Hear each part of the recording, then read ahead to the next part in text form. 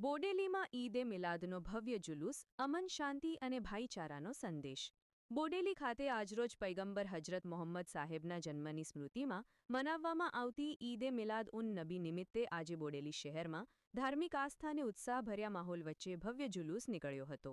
જુલુસમાં મુસ્લિમ સમાજના લોકો મોટી સંખ્યામાં જોડાયા હતા.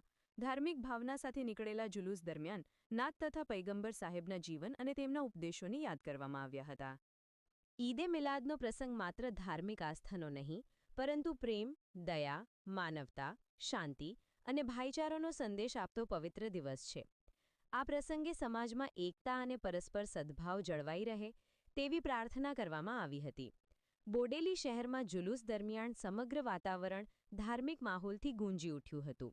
સમાજના આગેવાનો અને આયોજકો દ્વારા શાંતિપૂર્ણ રીતે ઉજવણી કરવામાં આવી હતી અને સૌને ભાઈચારા તથા અમનનો સંદેશ આપવામાં આવ્યો હતો. ઈદે મિલાદના પવિત્ર પ્રસંગે બોડેલીમાં ગુંજો એક જ સંદેશ: અમન, શાંતિ, માનવતા અને ભાઈચારો. રિપોર્ટર હબીતુલ્લા મકરાણી, બોડેલી, મધ્ય ગુજરાતનો અવાજ ન્યૂઝ ચેનલ. આજે બોડેલી શહેરમાં નબી રસુલિલ્લાહની શાનમાં 1501મું વર્ષ અહીં આગળ બોડેલી નગરજનોએ ઉજવવામાં આવ્યું છે. એમાં ભવ્ય જુલુસ નીકળેલ છે.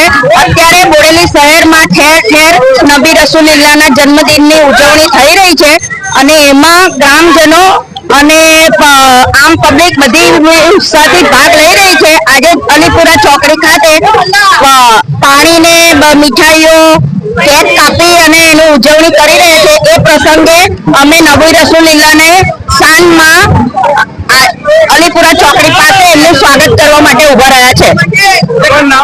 મોનાબેન મંસૂરી,